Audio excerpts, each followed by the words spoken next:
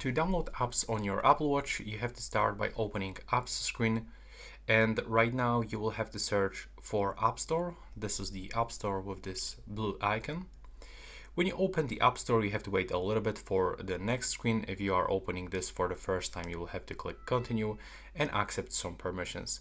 Now when you scroll down, you can already find some essential apps, so we can actually pick something from the recommendations. But if you are looking for some specific application, you will have to click on the search and you will get two options to search, by using keyboard or by using voice search.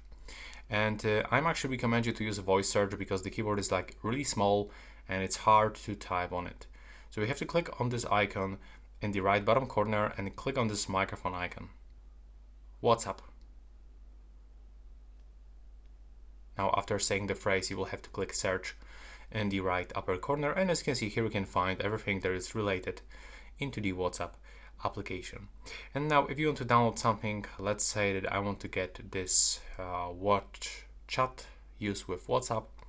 So I have to click on the get button.